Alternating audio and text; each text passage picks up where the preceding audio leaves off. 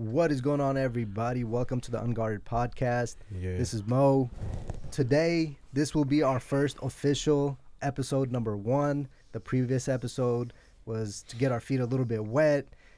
Today, I want to discuss, I know a lot of folks have been asking and wondering a little bit about myself and how come I didn't introduce myself on the last podcast. As the podcast unravels, where you guys will get to know more and more about us. But yeah, the story, my story, you guys will get to know in the future podcasts. As I mentioned, it's going to slowly unravel itself, and then we'll discuss more on that. But for today's episode, we're going to take some time to get to know Rahat more in depth. We're going to get to know Ayan more in depth. And then we have a guest on our podcast today. Yeah. So I hope you get to know me. Jay the comedian. Yeah. He wanted me to introduce him as a dirt No. waste bag. A former male model let himself go. There you go. Model. Okay. There you go. There Former you go. male model let himself go. Got him That's here right. today. Deep. You guys will get to know him. But anyway, let's also talk about the outfit that I'm wearing today. I want to give them a huge shout out. Kill Crew, by the way. I love the message that they're spreading. I like how their hoodies fit me. And you guys should check them out. We're not sponsored by them, but if any clothing company out there wants to sponsor us, feel free to reach out to us at Unguarded Podcast on Instagram, YouTube, and TikTok. And I believe we're going to be soon on the Apple Podcast app as well, so you guys will see us on there. I'm uploading some of the episodes that we have. Anyways, let's get right to it. Rahat, jump on in there. And, So this is very exciting for me as well. You know, I was looking for a way to actually, put my story out there and what I had actually went through in prison. My personal bio, I came to America when I was 15 years old, 1998. And immediately right when I came here, the cultural differences and not knowing the language, I started, hanging out with the wrong crew. And sometimes, hanging out with the wrong people gets you in some trouble. My main trouble actually came when I caught my case, for which I served 15 years for. I've only been out 4.5 months now after serving 15 years in California State Prison. My story is basically, I'm not sitting here trying to make myself look like an innocent person or anything like that. I did commit my crime. And so the way that the story goes is that, one night I picked my friend up. He calls me and says, you want to go to a party in UC Davis? A frat party. So of course I'm 19 years old. He's 18. I pick him up. He gets in the car and he had a gun on him. And the gun had no clip or no bullets to it. So when he got in the car, I told him, I was like, what's up with this gun? He goes, look, at the end of the night, I just got to drop this off to my brother. He doesn't even have a clip. It's not even a working gun. I told him, nah, that's fine. So he throws the gun underneath the passenger seat. And off we went to the party. We get to the party and we started drinking very heavily. I remember that night we were drinking a bottle of Jack Daniel. Both of us got very, very, very drunk. And so towards the end of the night, about 1 o'clock in the morning, he comes outside and he walks up to a car and he punches a car and breaks the car window. A couple of the guys leaving the party, there's like 3 of them, they were leaving the party and they're walking away and they make a comment to him.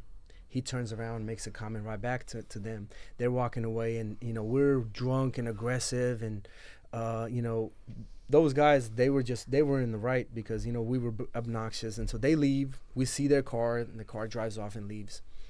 10 minutes later, that car comes back and they're like about 100 yards away from us and we see them reverse park. So my friend goes, man, I think they want a problem with us. So he runs over there. So I was standing right next to my car door's open. I jump in my car, I head over there, and I grab the gun. The biggest mistake I ever made in my life. California law is in the commission of any crime. If you use a weapon, whether it's a workable weapon or not, that's called the gun enhancement. So at the end of that day, we were both arrested and we were both charged with armed robbery, 2nd degree. I took the guy's cell phone. My friend took the guy's wallet. No one was seriously injured, but it didn't matter. So I was facing 2 counts of gun enhancement, which is automatic 10 years per count. Armed robbery carries 2, 3, and 5. I was facing terrorist threats, telling someone that, shut the fuck up, I'm gonna fuck you up. That automatically, 2, 3, and 5 years. So I was facing like 40 years in total charges that they had. I wasn't very familiar with the law system, so I bailed out and I fought my case out on bail for a while, 3 years approximately, and he kept pissing off the DA that I kept firing my attorney and hiring a new one, trying to prolong it as much as I could because they kept throwing deals at me, 8 years and 9 years. And someone who has never been to prison, I just couldn't see myself serving that much time in prison. And I had heard nothing but, horrible stories about prison.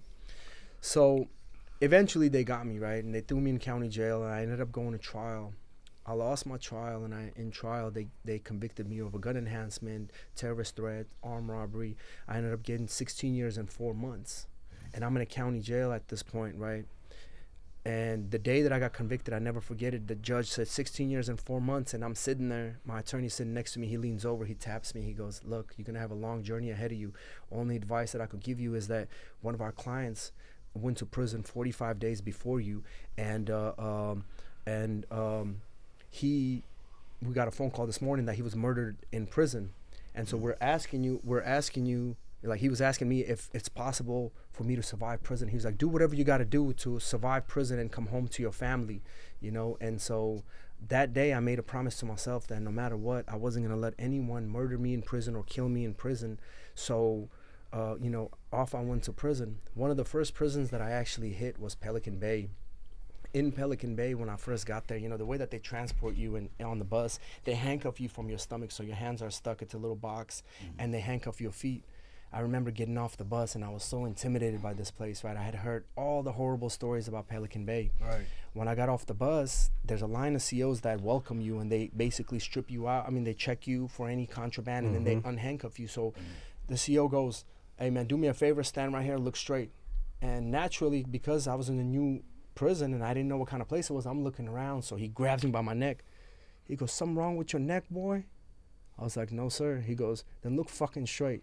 Oh, yeah. I realized, I was like, man, I was like, you know what? This is going to be one of those experiences that I'm going to go through, right? So I have And this was directly when you were done from county jail? I was county jail. I went straight to prison. I went straight to prison. I went to the worst one of all of them too, though. Yeah, right? so I went to reception Bay. center. I went to a reception center, and from reception center they transport you. You spend a couple months in reception center, and then they transport you to the place that you're gonna be. So the way that California prisons work, they go from 1 through 4 levels, right? Level 4 being the most maximum security, all the murderers, anyone doing life without, and anyone who's a screw up, and all the shot callers are in Pelican Bay for every single gang, right? Yeah. So I had known this about Pelican Bay doing time, so I already knew that. I watched so many documentaries growing up on Pelican Bay, like on YouTube and different TV shows, and so seeing him getting in there, it was fucking crazy. I'm like, damn, they sent him Pelican Bay, right? It's a notoriously known prison. So basically, when I got to that prison, right, and right when they got me off the bus, you go to intake, right,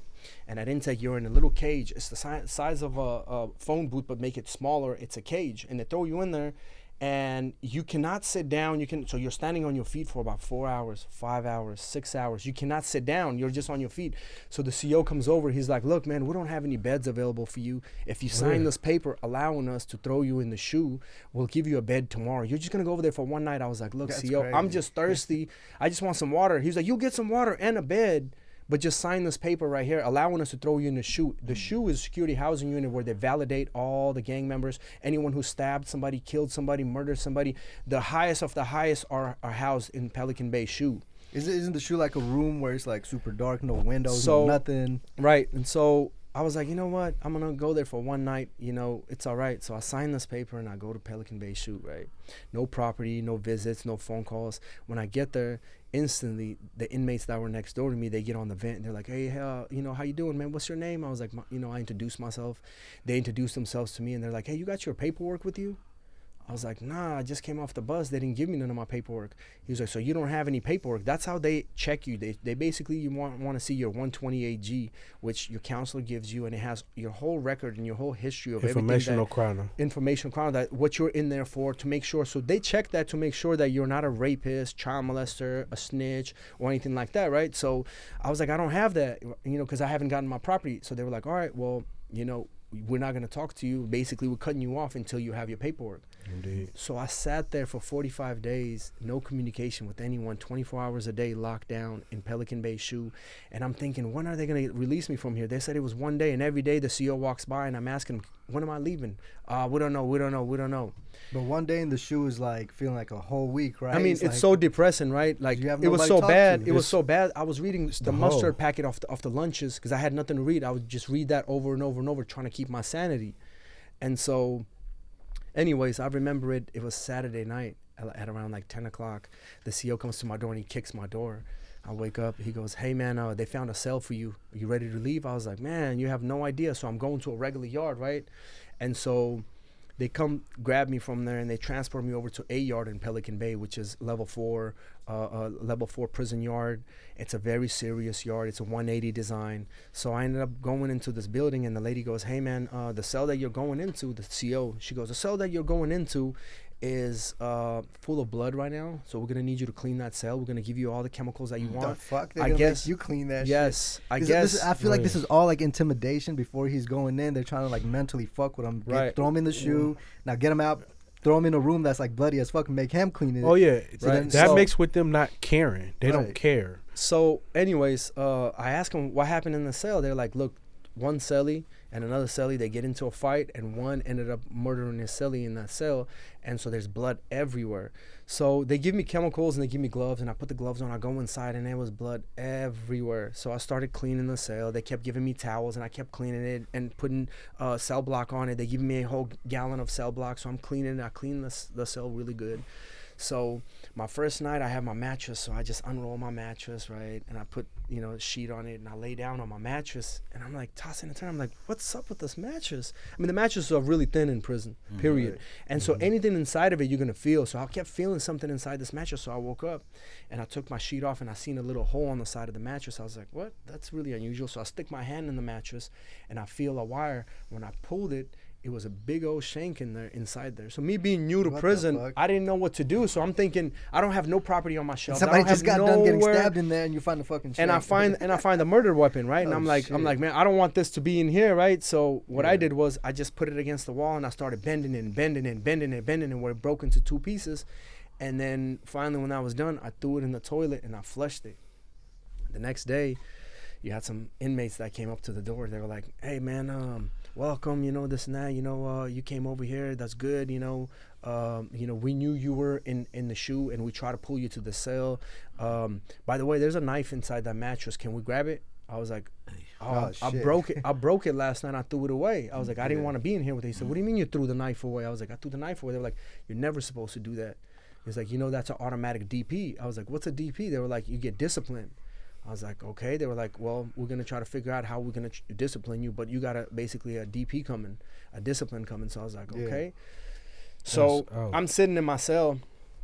Like later on that day, I see 2 inmates come in front of my cell, right? And they're standing there in front of my cell. I'm like, "Who are these dudes?" So I get up and I go up to the door, and they're waiting for my door to open. They told the cop already opened this door. We're gonna DP somebody. So I'm like, "What's up with y'all?" And they were like, "We're coming in there." They're like, "Look, we just telling you, just don't swing back. You don't swing back, it's gonna be quick. We're gonna come in there, put a few, punch you a few times, and then we're gonna come out." I was like, "Nope. That's not happening because I'm a man. I'm not going to let another man put hands on me. I'm going to defend myself. I'm not going to go out there and try to look for problems. But if someone comes, I'm going to defend myself no matter what." Right. So the door opens and these 2 dudes rush in there and I just go at it with these guys, right? We're fighting. And so I get all messed up, right? They get up and they leave and they're like, "Look, don't come out of your cell. You come out of your cell, the COs might see. So you staying in your cell. You're not coming out." I was like, "I don't have any food, anything in the cell, so there's no way I could go out." So I just sat in that cell for about 3 days, and until my bruises healed up a little bit, and then past that point, I started coming out to yard again, and I started going out to yard. So I remember my first yard I go out to, and I'm really confused, and this OG comes over. He's like, "Look, I'm gonna show you how the yard is broken down. That's the Mexicans, that's the Woods, that's the Bloods, that's the Crips, and this is where others hang out at. You do not cross over these areas. You do, it's an automatic riot. You just don't do any of those things." I was like, "All right." I was like, "Well, I just want to work out. Can I run around the track?" He's like, "Yeah, you can run around the track." So I started running around the track, right? And as I'm running, I hear an alarm. I look over, and it's the Mexicans. They jump on one of their own, and they're stabbing this guy in the face, and the guy's running. But the way the direction he was running right towards me. So I'm like, okay, and he runs, and he falls on his face because two guys are chasing him with a knife. He falls on his face, and about 10 yards away from me, and they get on top of him. They're hitting him, and then the guy gets a knife and he throws it, and one of his friends grabs the knife and runs the other way before the cops could get there, and they bury the knife. So they come over there and they bring the stretcher out, and they take this guy out, and he's getting airlifted out of there. I mean, he had blood coming from his face. I mean, when you're getting stabbed in the face, at that point you're not just being disciplined, or you're not being. They're trying to kill you. Right. Period. So they were trying to kill this man. So the cops come and they're like, "Where's the knife?" I don't know. He was like, "You're the closest person here. We took the two guys that were doing the stabbing and the guy that left, and you're the closest one to him. And where's the knife?" I was like, "I don't know. I don't know what you're talking about." Right. Like, strip out. So in front of everybody in the rain, they strip you out naked. They go through all my stuff. They go escort me to my cell. They search my cell. There's nothing there, and I go to sleep. 2:00 in the morning that night, I'm sleeping, and I hear a bunch of cops outside my door. I'm like, I wake up, and they're like, "We're coming in there. Get down, get down, get down, get down." I'm like, what's going on? So they handcuff me again. They put me in the day room area, and they go in there and they search my cell, tear my mattress up, look everywhere. They're looking for this knife, and so I don't have no knife for them. So that situation passed, right? So now it's been a couple months. I'm getting used to the yard. I'm like, all right, I could do this as long as I stay away from people and follow the rules of the prison. Right. Every prison, they have rules in prison. I was like, as long as I follow the rules, I'll be all right. Just stay out the way, and I could just do this. So I go out to yard one day, and I didn't know that things were going on. There was a lot of drama going on between the others and the Southsiders. One of the others had called one of the Southsiders the night before a wetback, and so the next day when he woke up and he sobered up because he was drunk, he tried to offer him $200, and they felt disrespected. I didn't know any of this was going on. I'm just out working out. I just look, I'm like, the Mexicans, usually they're a little more spread out. They're all together like in a big old ball. It's like something's going on. And then I see them break, and they're going across the yard, walking all the way around. Like half of them go this way, half of them go this way, and I see them walking. I'm like, where are they going? And this was in Pelican Bay still right? Pelican Bay, yeah. And then all of a sudden they just rush us. So before to cut you off, one thing I want to say, I want to ask actually, what is the race that controls Pelican? Like, I know there's different races, but there's no specific race that controls the yards. I know there's always like one particular one that's like has dominant. The more Southsiders, they have numbers. The Southside Mexican Mafia, they have numbers, and so that's who they were. And they were a lot more than anyone else on the yard. So 80 of them, they rush us, and we're over there fighting.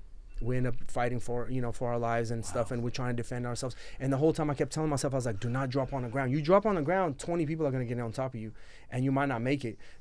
At that point, people are not just coming out there trying to, beat you up or stab you. They're trying to kill you.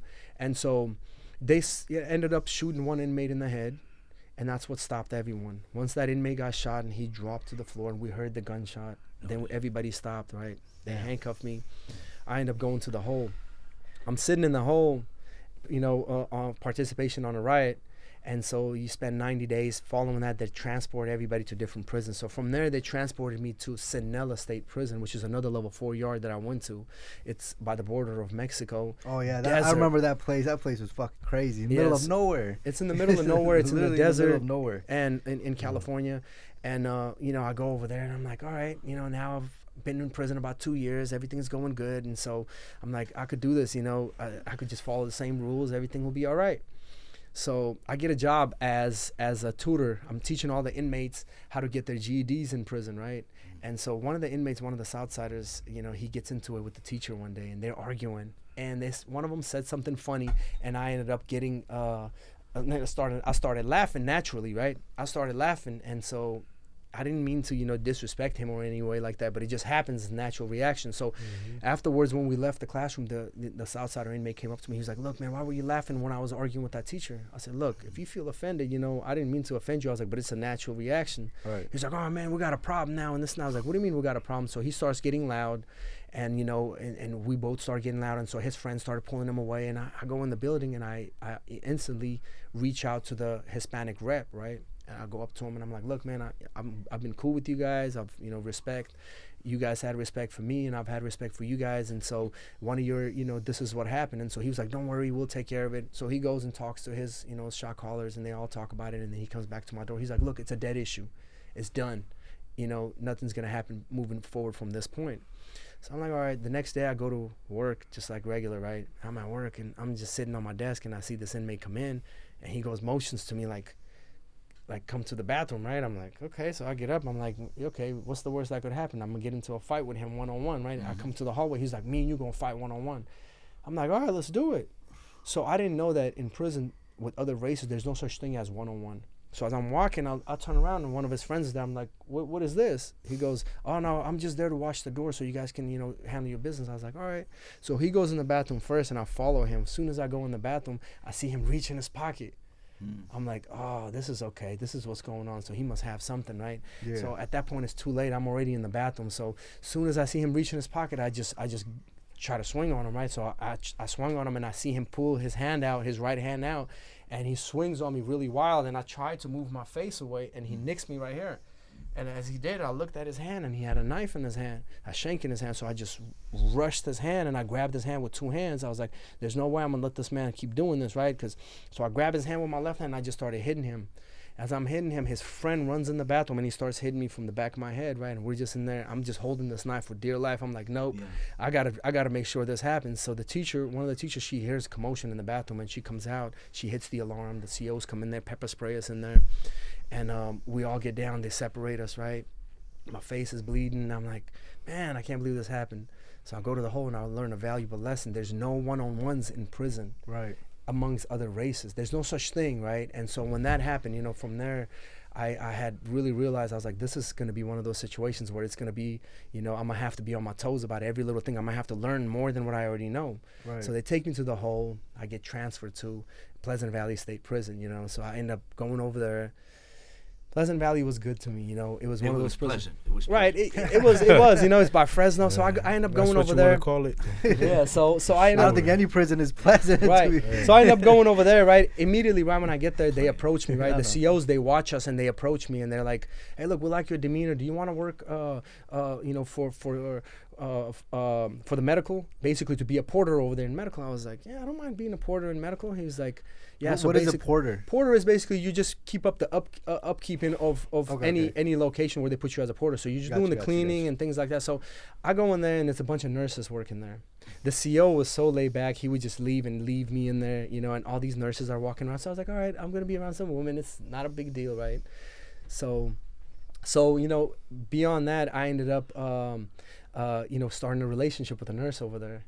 And her and I, we had a 6-month-long relationship, and within that relationship, what do you mean a relationship? Hold on. So elaborate further.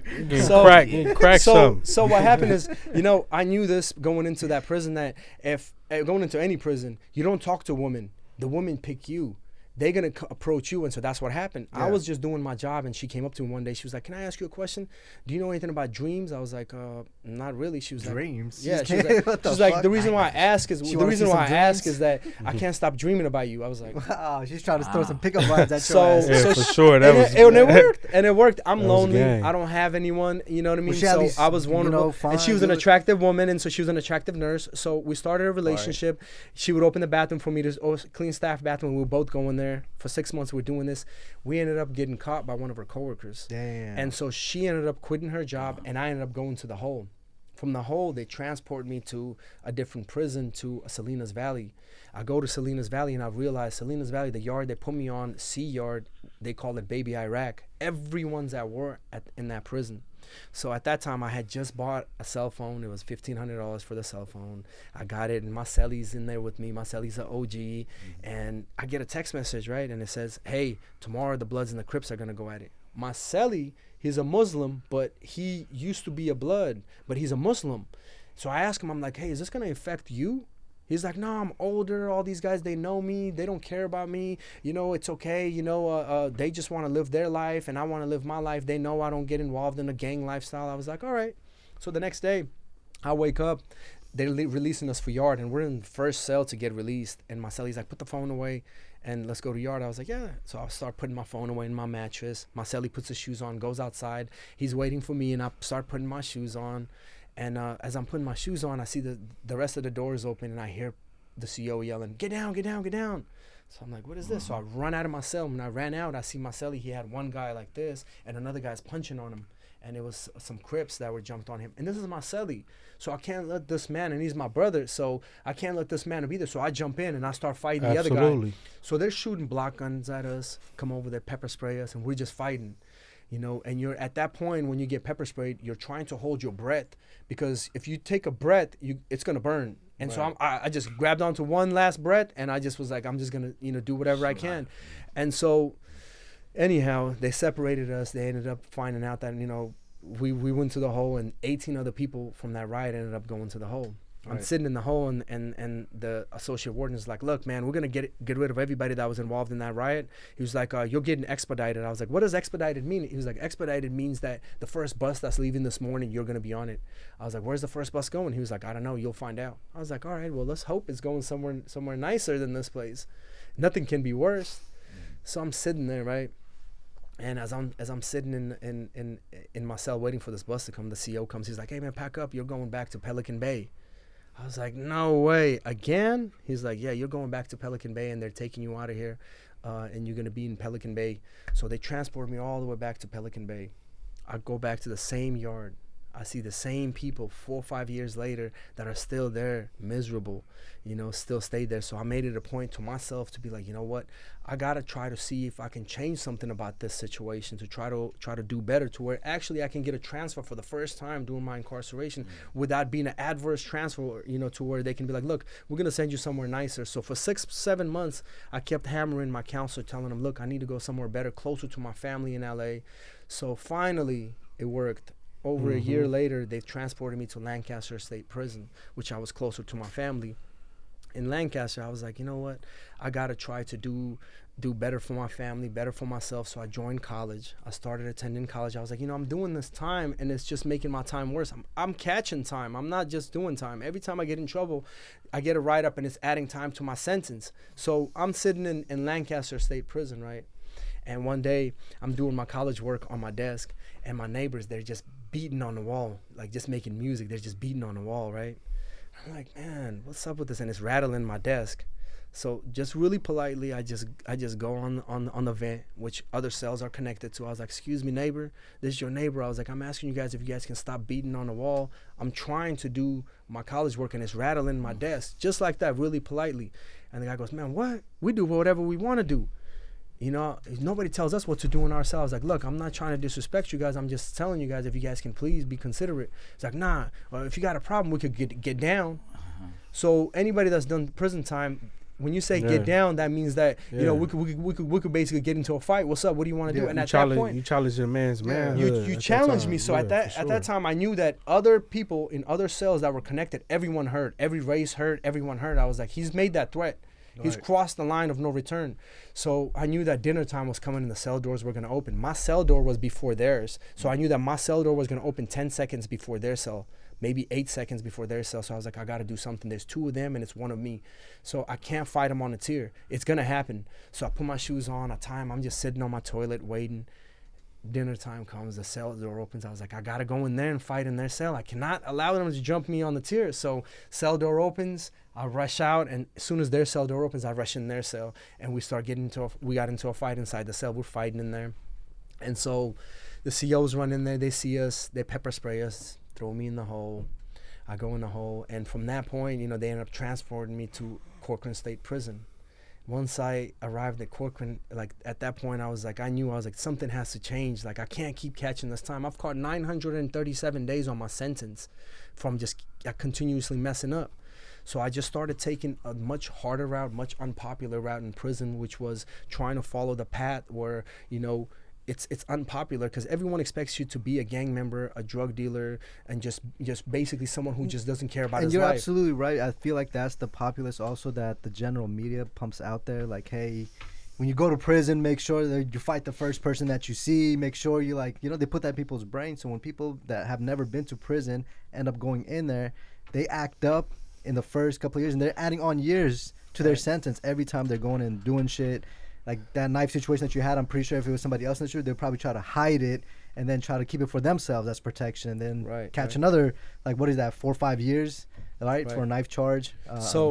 So the thing was, once I got to Corcoran, I started taking my education much more seriously. I joined a group. I became a chairman of a group called REACH, where they would bring in at-risk youth, and I would be, we would be diverting youth from the life of crime and what we went through, trying to, save some youngsters from actually following our path. And it's going great for us. Everything is good, and one day I just come out to yard and I just see, 2 dudes fighting on the yard, and they're 2 different race. I'm like, what is this? And as soon as I see that, I see 18 people run this way. I see 20 people run this way. I see 30 people run this way, and everyone's just swinging at each other. Yeah. And so another riot kicks off, whether I'm part of it or not. And this was at Corcoran? So, at Corcoran State Prison. So we get into a huge riot, right? The whole yard is just fighting. Everyone's fighting again. So here I am fighting again. They separate you by the races, and then you're sitting in the chow hall handcuffed, and they make you strip out and they check you for marks. If you have any type of marks on you anywhere, on your hands anywhere, you're going to the hole. You participated in the riot. If you don't, you're going back to your cell. At that time I had 1 bruise on my back, right? And the nurse goes, yep, he's got a bruise. So they send me to the hole. I go to the hole, and from there I think I hit the lowest point of my life, where I went through so much depression. I'm sitting in the hole, and now they just doubled me up, because I've had other write-ups and other hold times that I had done. I'm just sitting in the hole pending an investigation. 3 months go by, 6 months go by, 9 months go by, and I'm just sitting there waiting to get transferred, right? And so at that point I made the decision to myself. I was like, look, I have to stop getting involved in this stuff. Like, what do I got to do? Like, my luck couldn't have been worse. There's guys that are out there fighting fires, and they're still involved in the gang life and everything, and drug dealing and everything. And I'm not. I'm just trying to go to college, and I'm trying to fix my life, and I'm stuck on level 4, and it's been 12 years now. I'm just stuck on this level 4. So finally I ended up getting out of there, going to a different prison, to Jamestown. And once I arrived over there, I just, made a commitment to myself that this was going to be the prison that I actually go home from. I finished my college degrees. I got 2 different college degrees, sociology and psychology. Became certified as a barber, certified as a service dog trainer. I got certified as a drug and alcohol counselor. I did 1,400 hours of drug and alcohol counseling. One of the best programs I took was Word and Excel program that they offer in a lot of the prisons. That was the best program that I took, that because now that I do own my own business, it's very helpful to keep up with the technology. And so I was able to successfully come out after 15 years from Jamestown State Prison, and life has just been amazing for me, that I don't have to worry about anything else. Exactly. And on that note, before we move on to Ayan's story, I want to say that the business that he owns, you want to talk about what that is? Since we're called Unguarded Podcast. Right. So it is called Unguarded Podcast. I came home and I actually became an owner of a security company. It's called iSecure Pro. You can find us online at i-secure pro, or you can email me if you ever need any type of guards, armed or unarmed guards. Whatever your security needs are, we actually provide security to a lot of celebrities and a lot of businesses all around Los Angeles and San Diego area. My personal email is ray@i-securepro.com. We'll put that on the description of the video. Absolutely. And it's kind of funny how we're called Unguarded Podcast, but if you do want to get guarded, you can always hit up Rahat. Give us an email, and we got you on that. All right. All right, Ayan, I want to hear your story. Oh, you want to say? No, I just want to say something real quick. Yeah. Is it true a lot of prisons are going out of business? A lot of prisoners? Prisons. Prisons. They say that they are, but that's actually not true. They had put out a lot of rumors that they're saying that they're releasing, but they figure out ways. So every time that they say that we're going to release a bunch of prisoners because we changed this law, they're going to make a counter law that's going to counter that completely, right? So there was times where they were releasing inmates, and we had CEOs come to us and be like, the Mexicans are going to try to get you guys, and purposely trying to stir the pot so a riot will kick off and we would catch more time. And so that way, because it's not in their best interest to release inmates, because they're a huge union. The CEOs have one of the biggest unions in California, and so they would always stir up the pot to try to keep us in prison in any way. The prisons are basically funded by the government. So the longer the person stays, the more money. Right. No, I think he was referring to the closures. Remember Gavin Newsom? Right. Just he passed a bill basically signing to close down at least five prisons in California within a certain amount of time. They actually began doing that at CCC, which is Susanville, Right. and they transferred. You got out 4 months before me. Before I got out, they transferred Susanville bodies to our yard and to the fire camp. Right. The lower yard is now a reception center now. Really? Yeah. Okay. So yeah. Okay. And No, Yeah, sorry. yeah, I'm sorry. yeah, Last yeah. thing I wanted to say is I just want to know if they had yard sales. If these prisons went out of business. So Did they have don't. yard sales? No, so they didn't have any yard sales, right? I don't know what they do with all those bunks. I'm pretty sure you could go online and find them. So, any type of prison memorabilia, you could probably find anything online nowadays. So, I'm pretty sure they do. So, Like that nice prison jumpsuit, huh? right. So I think now it's only fair that Ayan go ahead and Yes. shares his story. Indeed, So, indeed. thank you very Indeed. much. But go ahead. Hello. Okay. So, I'm Ayan. Ayan is my Islamic name, formerly known as Michael Grigsby. Yeah, man. I did 15 years in the prison system.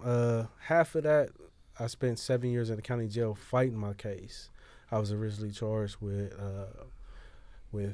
murder and 2 attempts on one case and an attempted murder on another case, all totaling for 100 years to life. wow.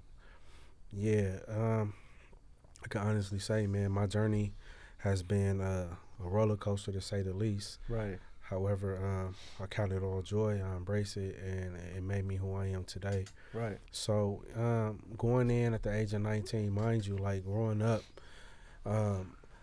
I was always like afforded like an opportunity like to correct my behavior when it came to like being a delinquent, just based on the fact that I was always a good student.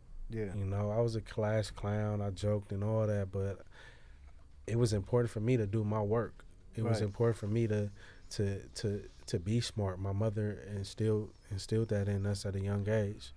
In fact, we got our ass whoops if we brought home any bad grades, and Same Yeah, here, man. you know, Afghan families the and same then way. and then you know we had an added incentive too. Yeah. Like so, me and my sister, we like Jordan. So you know, if we got good grades, we You go get something good. You go get get some Jordans, incentivized. Yeah, I got tired of fighting over pro rings and Payless shoes. you Right. know, But make a Remember long story Payless, short, yeah. yeah, I fought my case for 5 years before anything even looked up for me. I was the last shooter in both of my cases, and I had an ex homeboy wear a wire on me. I wasn't being cooperative with the investigation, so they tried another tactic and used one of my older homeboys, and he wore a wire on me, and we started talking about incriminating information, and he was on their team the whole time. That's Scary. crazy. So you know, after a while, they like, hey, oh, you still don't know anything, and they press play on the recorder, and it's our whole conversation. Damn. Shortly, I incriminated myself and other people during that conversation, Yeah. and I accepted defeat. I Yeah. accepted like they got me, Yeah. you know, and they I had nothing to do. I had absolutely nothing to do with one case, and the other one, you know, I was involved in. So, Yeah. but yeah, everything was looking so bad for me. Every time I went to court, inside the courtroom, inside the tanks, you know, the jail tanks, all that, man. Yeah. Like I constantly had to fight and to worry about somebody trying to hurt me based on that. You feel me? Yeah. And but I did it. You know, Right. I did it. I went through it, and I always been strong mind, heart of a lion, all that. You know. Right.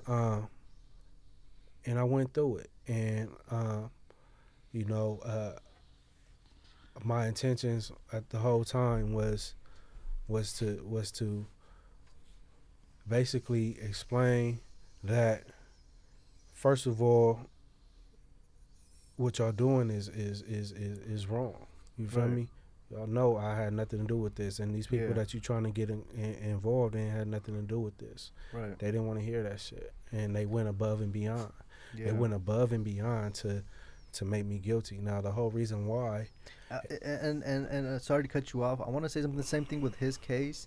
When I seen how the jury kept getting switched, and they said the jury by your peers, but they kept removing people that's a lie. that are your peers. They're saying, People. "Oh, this person's Muslim. Get him out of there. Get him out of there. People. This person is brown. Get him out of there." And then what they kept is they kept. And I'm sorry, nothing against the white folks out there, but they kept a whole white jury, an older, whiter crowd that was more cynical. And when they saw him, they already were like, "Okay, he's guilty, right?" Yeah. And that's how they do it. And Yeah. that's how they put you down, and they try to keep you lower. And it's not that folks are bad. It's just that people that sometimes are running some of these things, they have their own little agendas. And Well, they know who's going to convict them. Yeah. Period. You know what I'm saying? So, if you have someone who sees, either one of us, and we're facing serious crimes, Yeah. they know who's going to sit down in that jury box and going to convict us, Yeah. and who doesn't. And that's why they switched the jury. And that's why in my Yeah. case, they actually kicked out a bunch of the jurors. And I even tried to appeal it, but it didn't matter at the time. Once you go they in, don't care. you I don't think know. it's important to know, for all the viewers and stuff, man, that the justice system is not a system; it's a business. Yeah. Yep. If you Exactly. poor, you don't got no money or resources, Yeah. you're gonna get screwed. Yeah. Yep. No matter what race, color, creed you are. Yeah. Like point blank, period. Yep. And so, make a long story short, man. I gave up. I gave up my active game status, man. Yeah. Just based on all the persecution and sacrifices I made, and just all for me to go through all the stuff I went through, man. Yeah. People. It's like clickbait. They run with whatever they hear, and Yeah. the majority is saying, and that's what we're gonna go with, So I want to ask you a question though. Surely. With Islam, how did you find Islam? Can you elaborate a little bit on that? so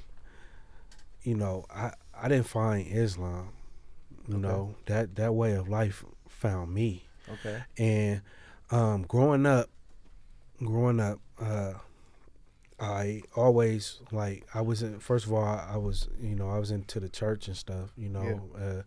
Forced to go to church on Sundays, especially when we were with our grandmother. Yeah. Even if my mother wasn't feeling well, she'd drop us off. Right. But so, the beliefs and things that I had then were only solely because they were forced upon me. Right. You get what I'm saying? Yeah. And during my incarcerated journey, I took it upon myself to study and to read about different religions.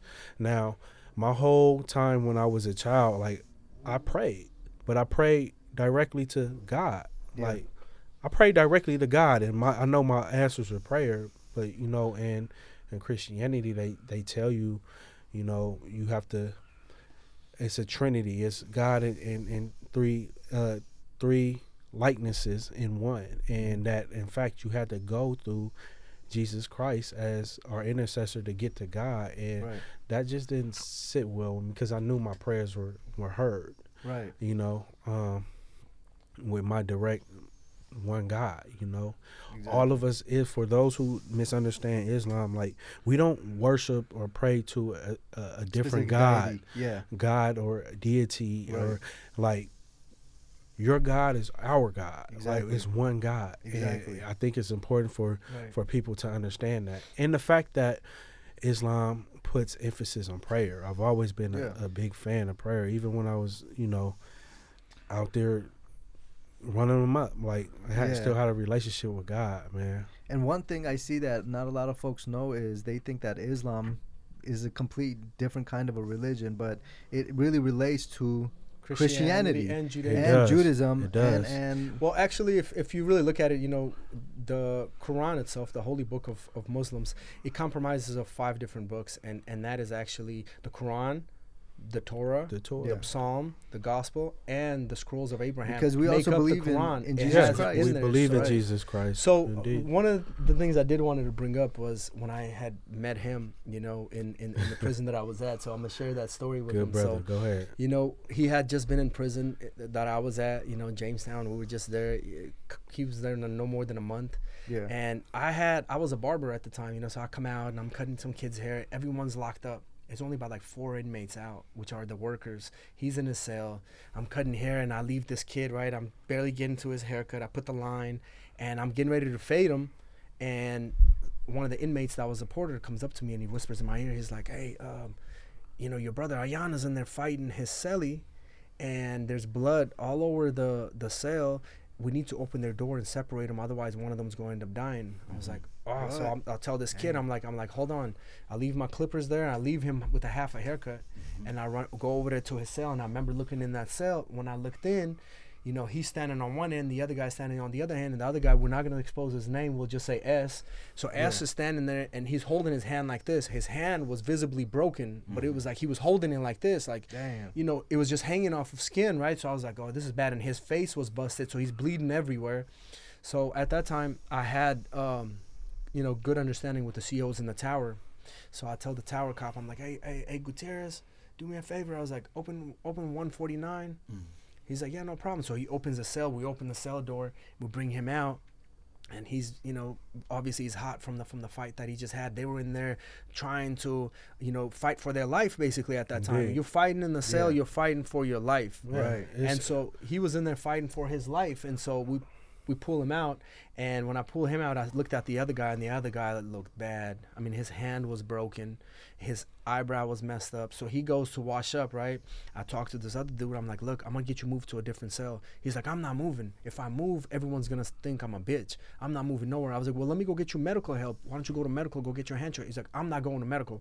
If I go to medical, they're gonna say I'm a bitch. I'm not going nowhere. Right. I was like, so you're just going to sit there with your arm just hanging like this broken, with your eyebrow busted like that? You're not even going to get medical help? He's like, nope. He's like, because I don't want anyone to look at me like I bitched out. So at that point, I had to make peace between them two. And so I'll let him, you know, share the rest of the story of how that whole fight started.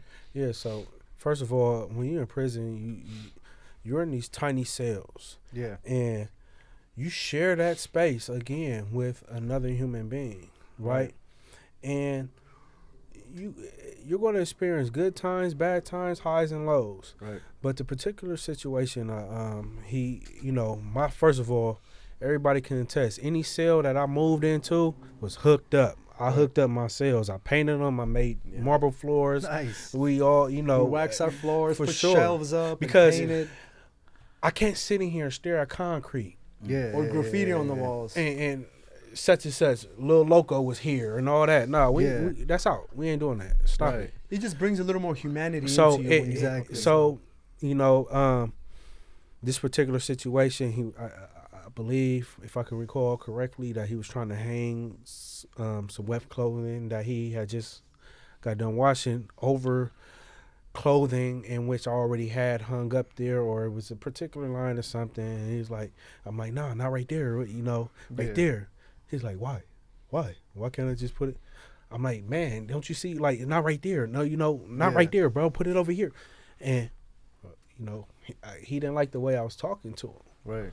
So he's like, man, who you talking to? I'm like, I'm talking to you. Put it over there, you know. He immediately put on his shoes. He put on his shoes, and so I see that. Yeah. That's a sign. When Right. anybody Green put light. on their shoes, that means we about to get down. It's about to be. So I put on mine immediately. He came over there and put his finger in my face. Hey, don't you ever. Immediately. Yeah. I slapped it out. We started fighting. Yeah. And now the thing with that is he transgressed. He put his hands on me. Yeah. I don't allow nobody to put their hands on me. Right. That's not authorized to put their hands on me. And even the people that are, is like, if you put it on me violently, it's going to be some repercussions. Exactly. At the end of the day, however you felt like I was talking to you, I'm a man. Right. You didn't even give me an opportunity to correct my behavior. Right. Exactly. You know? Yeah. You know, me and my sister, we growing up, we got our ass whooped. Right. And sometimes we don't know what for. You know, like, you have to let a person know what it is that bothers you, or how you felt they disrespect you. Absolutely. Depending on whatever and let's not get on the definition disrespect in prison in comparison to, like, it's a free for all. It's like, you know, it's whatever your preference is, you know. And a lot of things are universal, and some things aren't, depending on the person. However, Right. he put his hands on me, and it would have been bad if he would have had did it 10 minutes earlier, because at that time I had a weapon, and I just went to go get rid of it, like put it somewhere else. And I think so that everything was happens for a reason. That was that was Allah. a blessing. Yeah. That was a Allah. blessing for him Yeah. for Because sure. I would have still been in prison. No, absolutely. Yeah, you would have called like man. Man. Yeah, you So would've dug yourself when that more deeper. situation happened, you know, me and one other guy, one of our brothers that's still locked up, he's doing life in prison, named Hassan. Me and him instantly went in the cell, start cleaning the cell because we didn't want the cops to catch him, because you know that automatically you'll catch more time. So they go back in that cell, and the guy sat there for 2 days with his broken arm. And then 2 days later, he finally decided to move out of the cell and go get medical help. I mean, you know, people are to that point that they don't want their image matters to them that much that they'll just sit there in pain. It doesn't even matter. With their worst enemy. Sometimes rightfully so, because Right. your reputation in Yep. prison is all you have, right? Exactly, especially if And you're doing like large So amounts of time. so let me tell you this scenario. You have two sets of rules. You have administrative rules, and then you have rules of the prison, the Right. population. Exactly. So administrative says if somebody hits you, you ball up and curl up. Right. Basically, we're asked not to defend ourselves. It's they're trying to demasculate us in a sense, Right. and humiliate us. Right. Now, prisoners' rules is somebody hit you, you hit them back. Yep. Because if you don't, you become prey. Yep. And you become victim for future attacks from everybody. Oh man, he just let Bobo beat up on him. Yep. He ain't gonna do nothing. You could take his commissary. So then every time you come out, you try to jump on the phone, someone's going to try to burn you for your phone call. Every time you try to go in the shower, somebody's going to cut you in line for shower. Your life becomes very miserable at that point because you decided not to have that one fight.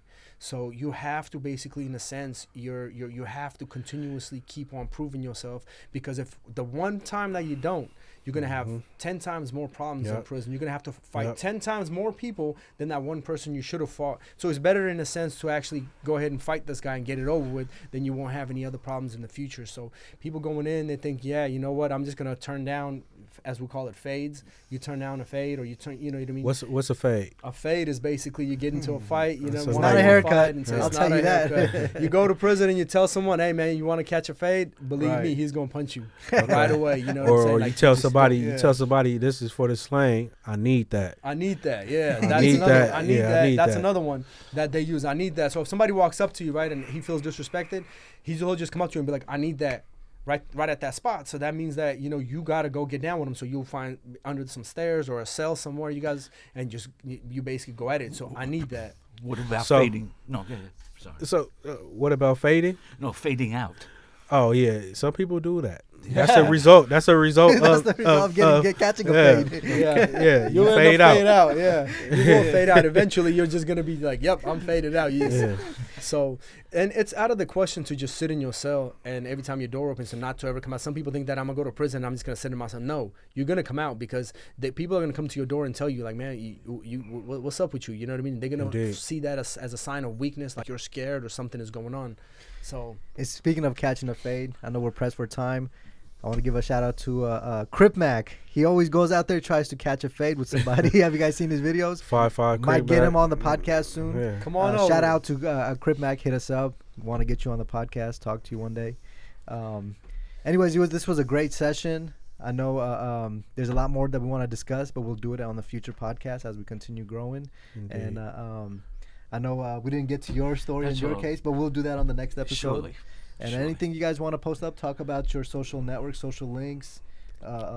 Sure. You know, I we'll want- we'll definitely come check you out. You said you had a show coming up recently. This Tuesday, This Tuesday. at Best Fish Taco over on Hillhurst in Las Vegas. Okay, and so Okay. I did check you out on some of your shows. You are a very funny guy. You know what I'm saying? I wish we would have had this humor of yours in prison. Maybe people would have been less hostile there. You and- know, I do a chapter 360 of transitioning from all the facilities you mentioned Okay. over here to right. over here by Wilshire, by MacArthur Park. There's like a 600 outpatient inmate kind of situation. Right. And So I you became a perform- fan Oh, favorite he's talking there. about the MCRP. Right, MCRP. Yeah. So what we do is, I actually am in the process of starting a nonprofit to go back to prisons and speak in front of prisoners, a little motivational stuff that we're going to be doing, you know what I mean? So kind of very similar. We would love to collaborate with you and actually go back to some of the prisons and bring a little bit of joy to some of the guys and motivate them that, look, this is not the life that you want to pick, you know? But I found out that's my audience. Nice. 'Cause Captive. you can't go wrong. You can't go wrong, right? You know what I'm saying? So Can't go. Awesome. All right, you guys. Thank you so much again for tuning into the Unguarded podcast. thank you guys. We'll Thank see you, you thank again you, next thank you. week with Check another us video. out. Check us out. You know, we're going to be here next week as well. If you want to hear more stories, we have a couple of guys that actually are in prison and want to be part of our podcast. We're gonna have them on the phone, and you know, we're gonna go through their personal stories. Indeed. Drop some comments of questions you guys want to ask them directly for Absolutely. somebody in Absolutely. prison. What questions you guys want to ask them? Drop them in the comment Indeed. box, and make sure you guys like, subscribe, and share. And these are the video. guys that are doing life in prison. They're never coming home. So if you want to ask a lifer who's never coming home any type of questions, drop it in our comment section, and we will make sure that the next episode we will have a couple of the guys that are incarcerated answer those questions. And if any of you guys have loved ones who are incarcerated, write them, visit Right. them, Exactly. reach out to them because they need it. It's so much in there that we hold on to, and a letter or a visit or just a I simple still phone got all call. these letters. One of the Sure, worst thing is sure. doing when you're doing a lot of time. Man, one of shout the out worst to thing all the is- people that supported me and held me down in prison. Absolutely. All my loved ones, you know, the people that never left my side. Absolutely, Man, absolutely. You know, I one of the love worst y'all. thing was for me in coming out of prison that I did so much time that I had family members that were born that they didn't even know me, nieces and nephews and cousins. It was sad. You're in prison and you have family members that never know you. Only thing they know is that we have a family member that's locked up. Yeah. So you come home, you get another chance to repair those relationships. But And we'll talk more Thank about you. that on our next future episodes. absolutely, All right, absolutely. all Thank you right. guys, everybody. Have yourself Thank a great y'all. night, and thank Have you a for great tuning night. in Thank to the you. Unguarded podcast. Peace. Thank you.